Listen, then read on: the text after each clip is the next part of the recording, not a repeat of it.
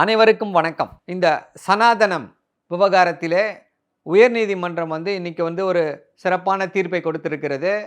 திரு விளையாட்டுத்துறை அமைச்சர் திரு உதயநிதி ஸ்டாலின் அவர்கள், அறநிலையத்துறை அமைச்சர் திரு சேகர் பாபு அவர்கள் மற்றும் பாராளுமன்ற உறுப்பினர் அண்ணன் திரு ராஜா அவர்கள் இவங்க எல்லாரையுமே பதவி நீக்கம் செய்ய வேண்டும் அப்படின்னு சொல்லி ஒரு வழக்கை இந்து முன்னணியிலிருந்து தொடுத்திருந்தனர். பாஜகவுடைய அந்த சங் பரிவார கும்பல் இதை தொடர்ந்திருந்தது. இந்த வழக்கில் இன்றைக்கு தீர்ப்பு கொடுத்துருக்காங்க.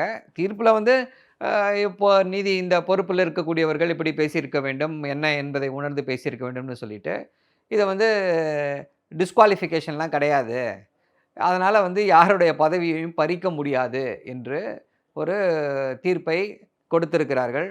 இது ஏற்கனவே நம்ம இப்படித்தான் இந்த சட்டம் இப்படித்தான் இருக்கிறது. டிஸ்குவாலிஃபிகேஷன் என்ன அப்படின்றத தெளிவாக உணர்த்தி இருக்கிறது. அப்படி இருக்கும் பொழுது இவர்கள் வேண்டுமென்றே இப்படிப்பட்ட வழக்குகளை போட்டு நீதிமன்ற நேரத்தை வீணடித்து ஜெயிக்காதுன்னு தெரிஞ்சும் இப்படிப்பட்ட வழக்குகளை பாஜகவினர் மட்டும்தான் போட முடியும். சும்மா ஒரு சென்சேஷனை கிரியேட் பண்ணணும்.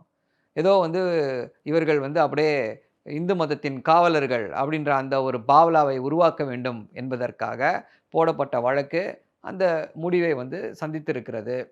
தொடர்ந்து இப்படித்தான் இவர்கள் எல்லா விஷயத்திலுமே மடை மாற்றுவதை குறிக்கோளாக வைத்திருக்கிறார்கள். உண்மையான பிரச்சனைகள் என்ன, மக்கள் சந்தித்திருக்கக்கூடிய பிரச்சனைகள் என்ன, அதற்கு தீர்வு என்ன என்று எந்த விதமான தீர்வையும் கொடுக்காத பாஜக அரசு இப்படி உப்பு சப்பில்லாத விஷயங்களை, அதாவது ஒரு இமோஷ்னலாக நம்மளை ட்ரிகர் பண்ணக்கூடிய விஷயங்களை எடுத்து அதை பொய் பாதி பொய்யாக தான் இருக்கும், எக்ஸாஜரேட் பண்ணி கலந்து பேசி இதை போல் இப்படி செய்து கொண்டிருக்கிறார்கள். அதற்கு நீதிமன்றம் ஒரு முற்றுப்புள்ளியை வைத்திருக்கிறது. ஐ திங்க் இனிமேல் இந்த மாதிரி வழக்குகளை எதுவும் தாக்கல் செய்ய மாட்டார்கள் என்று நினைக்கிறோம். நன்றி, வணக்கம்.